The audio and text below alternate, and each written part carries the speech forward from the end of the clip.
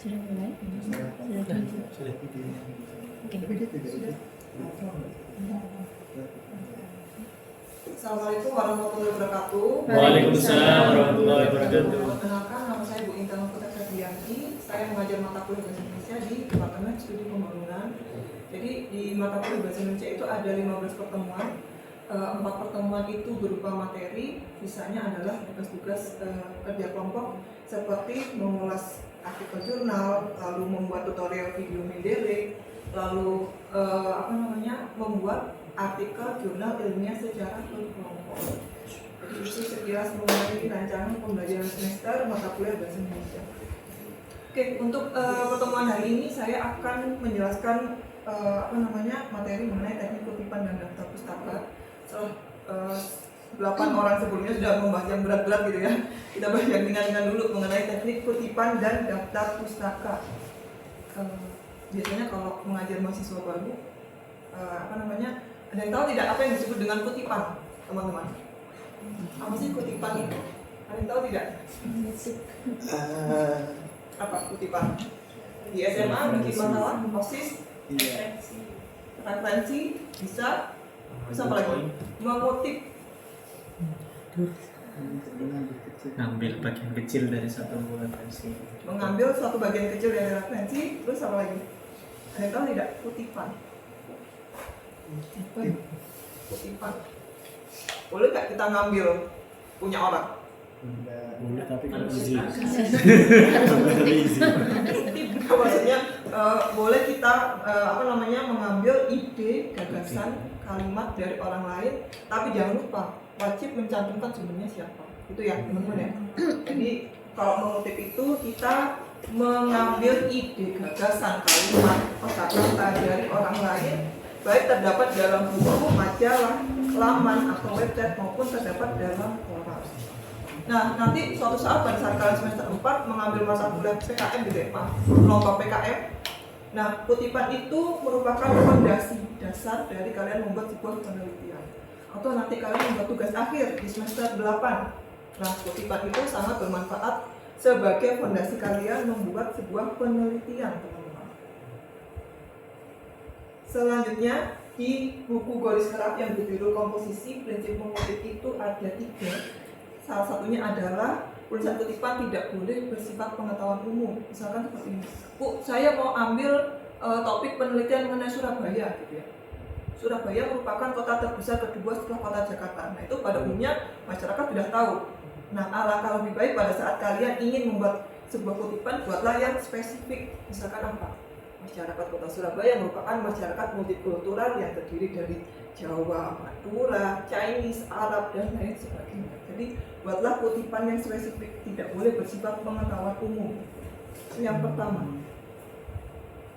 Selanjutnya, wajib mencantumkan nama, tahun, dan halaman yang dikutip. Wajib ya teman-teman ya, wajib mencantumkan nama, tahun, dan halaman yang dikutip. Nah, terdapat gaya selingkung, kalau di bahasa Indonesia disebutnya gaya selingkung atau style. Kalau saya ngefans banget sama Profesor Fatimah dari UI, nah saya akan meletakkan nama tokohnya di awal kalimat, baru isi kutipannya saya letakkan di setelah nama tokohnya. Atau kalau di jurusan kalian apa? Misalkan tokoh yang paling kalian fans banget siapa? Kira-kira siapa? Misalkan Pak Prabowo enggak ya? Siapa? Gibran, Samsul enggak ya? Enggak ya? Siapa? Yang paling fans di jurusan kalian siapa teman-teman? Einstein. Oke. Saya ngefans banget sama Einstein. Berarti menurut Einstein apa misalkan? Termodinamika adalah gitu ya misalkan ya, atau aspal adalah kondisi itu kan seperti itu. Ya kan, aspal adalah bla bla bla. Nah, baru nanti tahunnya saya letakkan di akhir kalimat. Atau saya nggak ngefans banget sama tokohnya gitu ya. Maka isi kutipannya saya letakkan di awal kalimat. Tahapan strategi metode deskriptif adalah bla bla bla. Baru nama tokohnya saya letakkan di akhir kalimat. Sudaryanto, tahun, dan halaman yang dikutip. Selanjutnya, prinsip terakhir, tidak boleh mengubah isi kutipan, teman-teman. Yang boleh diubah hanya kata-kata pelengkapnya saja. Misalkan, Bu, saya akan mengutip 2 kalimat. Dari 2 kalimat itu, pahami dulu isi kutipannya apa. Misalkan pada tahun 1991 arkeolog menemukan fosil dinosaurus. 1991-nya saya akan ganti 2000, boleh nggak? Nggak boleh. Itu isi kutipan ya. Kalau dinosaurus saya ganti brontosaurus, boleh nggak? Nggak boleh. Berarti itu adalah isi kutipan. Pahami dulu isi kutipannya ketemu berapa. Oh, ada 5 kosakata. Berarti sisanya boleh kalian ganti. Misalkan apa? Misalkan teman-teman, Bu, di sipil itu ada buku SNI. Di buku SNI Standar Nasional Indonesia ada rumus yang kurang kuadrat. Nah, di dalam ejaan tanda kurung siku itu fungsinya untuk memberikan pembenaran terhadap kutipan yang salah. Jadi, oh kurang kuadrat nih, boleh pakai tanda kurung siku. Ini contoh disertasi dari Sebus Lauren, orang Korea. Siapa yang suka K-pop? BTS nggak ada? Jadi orang Korea buat disertasi, dia mengutip definisi Landry dan Borges dari Linguistic Landscape. Di buku aslinya Landry dan Borges ini kata which tidak ada. Kata which itu tidak ada yang saya merah-merah ya teman-teman ya.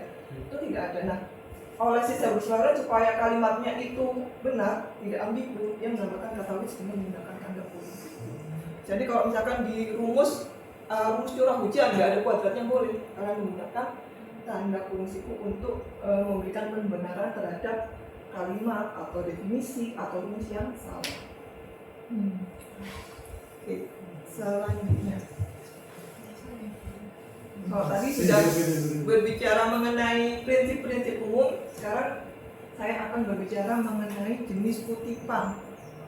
Kutipan itu ada dua teman-teman, ada kutipan langsung dan kutipan tidak langsung. To quote dan to paraphrasing. Kalau kutipan langsung itu kita menuliskannya sama persis, plek-plek kalau bahasa Jawanya ya, asli. Kosakatanya, tanda bacanya, lalu apa lagi misalnya, angkanya itu sama persis sesuai dengan aslinya, sama persis plek gitu ya. Tetapi kalau kutipan tidak langsung, kita kalau di bahasa Indonesia bahasanya menyitir tanpa mengubah isi kutipan. Jadi kalau isi kutipan, kalau kutipan langsung menuliskan sama persis, kalau kutipan tidak langsung menyitir menggunakan kata-kata kita sendiri tanpa mengubah isi kutipannya apa. Selanjutnya, ada kutipan langsung pendek. Kalau kutipan langsung pendek berarti tidak boleh dari 40 kosakata. Kalau lebih dari 40 kosakata berarti masuknya adalah kutipan langsung panjang. Menuliskannya sama persis ya. Ini menuliskannya sama persis. Bedanya kutipan langsung pendek dengan kutipan langsung panjang. Kalau kutipan langsung panjang boleh lebih dari 40 kata, tetapi tulisannya dibuat menjorok, tidak digabung dengan paragraf sebelumnya. Tetapi kalau kutipan langsung pendek langsung diintegrasikan dengan paragraf yang ingin kita tulis dan hanya diberi tanda petik saja. Itu bedanya kutipan langsung pendek dan kutipan langsung panjang. Selanjutnya ada kutipan tidak langsung atau itu paraphrasing. Kalau dulu kutipan tidak langsung yang versi tradisional itu hanya mengubah aktif menjadi pasif atau pasif menjadi aktif, tetapi kalau kutipan tidak langsung saat ini adalah kita mengintisarikan isi kutipan tanpa mengubah gagasan utama yang ada dalam kalimat yang kita kutip. Mengintisarikan. Caranya bagaimana, Bu? Misalkan ya, ada dua hingga tiga kalimat yang ingin kalian kutip. Ubahlah kata-kata pelengkapnya. Misalkan apa? Kata adalah. Sinonimnya apa pada nanti? Yaitu merupakan, iyalah. Kalian bisa mengunduh di kamus Thesaurus. Itu offline bisa, nggak usah pakai wifi, bisa ya teman-teman. Jadi triknya adalah temukan dulu isi kutipannya apa, baru kata-kata pelengkapnya kalian ganti menggunakan sinonim atau padanan kata. Jadi kalau dulu kutipan tidak langsung, adik bermain bola bermain adik. Hanya seperti itu saja kutipan yang versi tradisional, kutipan tidak langsung. Tapi kalau saat ini kita mengintisarikan tanpa mengubah isi kutipan. Adalah parafrase, kutipan tidak langsung. Sampai sini, tapi syarat. Kalau daftar pustaka, kalau tadi di kutipan ada nama, tahun dan halaman yang dikutip, tetapi kalau di dalam daftar pustaka ada nama, ada tahun, lalu ada penulisan judul, kalau judul buku maupun judul di dalam karya tulis ilmiah dicetak miring atau di garis bawah. Lalu ada kalau di dalam buku penerbit dan kota penerbit. Selanjutnya ini daftar pustaka dalam laman atau website surabaya.co.id. Biasanya ada tahun, misalkan sejarah kota Surabaya dibuatnya tahun 2022 misalkan. Nah, kalian tinggal memasukkan tahunnya. Diambil dari surabaya.co.id, diakses, kalian mengaksesnya tanggal berapa. Lalu ada kamus cetak, Lapus Pierre, Indonesia Prancis, Jakarta, Gramedia. Lalu ada koran. English P adalah nama wartawannya. Jadi kalau di dalam jurnalistik itu ada kode edi dan WA. Yang kita tulis adalah wartawannya, bukan penyuntingnya, bukan editornya, tetapi nama wartawannya. English P adalah nama wartawannya. English Esmod Escape Spraying adalah judul beritanya, apa misalnya makan bergizi gratis gitu ya, atau RUU TNI enggak ya?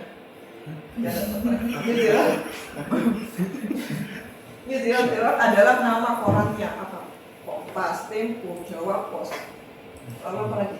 CNN New Zealand Herald adalah nama korannya. Selanjutnya ada daftar pustaka pada artikel jurnal ilmiah. Kalau informasinya lengkap seperti ini teman-teman ya. Ada nama, ada tahun, ada judulnya, ada nama jurnalnya World English, ada volumenya, edisi keberapa, ada halamannya, dapat diulang. Tetapi kalau hanya DOI, judul tidak masalah ya. Hanya nama, lalu judul penelitiannya apa, jurnalnya apa, dan DOI. Barcode di dalam artikel jurnal internasional. Sampai sini apakah ada pertanyaan sebelum saya membahas mengenai aplikasi Mendeley, karena tugas minggu depan adalah tutorial membuat tutorial menggunakan video Mendeley secara berkelompok. Gitu ya. Ada pertanyaan teman-teman mengenai teknik kutipan dan daftar pustaka? Kalau tidak ada, akan saya lanjutkan cara menggunakan aplikasi Mendeley ini untuk tugas minggu depan ya teman-teman ya. Tugasnya adalah membuat tutorial video Mendeley. Minggu lalu sudah saya tugaskan kalian untuk membawa laptop, lalu daftar di aplikasi Mendeley. Ya. Bagi yang pakai tab, kalau Dianjil pakainya tab ya, bisa pakai Zotero teman-teman ya. Kalau yang ini biasanya Mendeley. Mendeley ada desktop dan reference manager. Setelah kalian pilih, dua-duanya gratis ya teman-teman ya. Lalu kalau sudah sign up, ini ada Mendeley, ada tools, kalian integrasikan dulu dengan Microsoft Word, install Microsoft Word plugin. Kalau sudah diintegrasikan, baru kalian masukkan ya, add file, jurnal yang sudah kalian unduh ya teman-teman ya. Masukkan, klik open ya, sudah dimasukkan ke dalam aplikasi Mendeley. Lalu untuk Microsoft Word-nya, karena kalau di dalam aplikasi Mendeley itu kita menuliskan kutipannya manual teman-teman, tidak praktis, kita menuliskannya secara manual. Misalkan linguistik adalah ilmu mengenai bahasa, lalu kita klik reference ya, klik reference, insert citation, go to Mendeley, dan klik jurnal yang kutipannya kalimatnya kalian kutip. Klik satu kali dan klik save. Nah, sudah keluar ya. Baru nanti pada daftar pustaka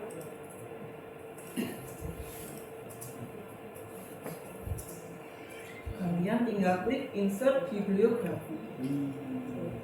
Ya. Baru kalau misalkan Bu, saya ingin ganti stylenya bukan IEE, misalkan kalau di ITN pakai Harvard Bu, boleh kalian ganti stylenya. Ya, ini style ini. Atau apa? MPA edisi ke-7 Bu. Nah, bisa teman-teman ya. Tinggal kalian ganti sesuai dengan gaya selingkung di dalam, misalkan kalian ingin mengirim jurnal ke Komix ITS misalkan. Nah, kalian tinggal baca aturannya seperti apa untuk gaya selingkuhnya. Itu ya teman-teman ya. Apakah ada pertanyaan teman-teman? Sebelum nanti akan saya beri tugas ya. Pada hari ini tugasnya adalah membuat kutipan tidak langsung, tugasnya berkelompok. Saya ingin mengetahui bagaimana kalian bisa mengerjakan teknik kutipan tidak langsung dari kata kombinasi hingga dinding action ya. Tugasnya berkelompok, silakan kalian membentuk kelompok dan tugasnya ditulis tangan, tidak di laptop ya. Tugasnya ditulis tangan, waktunya 10 menit. Nanti kalau sisa waktunya kita akan mengerjakan di papan tulis jawaban kalian benar atau tidak. Oke, sampai sini apakah ada pertanyaan teman-teman? Udah, ini udah. Apakah semua ya cukup ya? Saya udah mulai lelah nih ya. Mau istirahat dari semua nih. Gitu. Oke, teman-teman jangan lupa tugas minggu depan adalah kalian membuat tutorial video Mendeley ya, tutorial video Mendeley. Sekreatif mungkin, rubrik penilaiannya sudah saya letakkan di MyITS Classroom. Ya di poin itu ada bahasa, gunakan bahasa yang bagus, berarti harus pakai bahasa yang bagus ya, jangan pakai bahasa skena gitu ya, tidak boleh. Lalu walaupun kreatif kalian tidak boleh menggunakan filter-filter yang konyol-konyol ya, seperti juga kakak kelas kalian yang pakai filter sundul bolong. Nah itu nggak boleh teman-teman ya, nggak boleh ya. Takutnya nanti bawa mimpi gitu ya. Oke teman-teman, apakah sudah cukup untuk pertemuan hari ini? Teman-teman terima kasih atas kehadirannya. Oke, kita berjumpa minggu depan. Saya akhiri. Wassalamualaikum warahmatullahi wabarakatuh.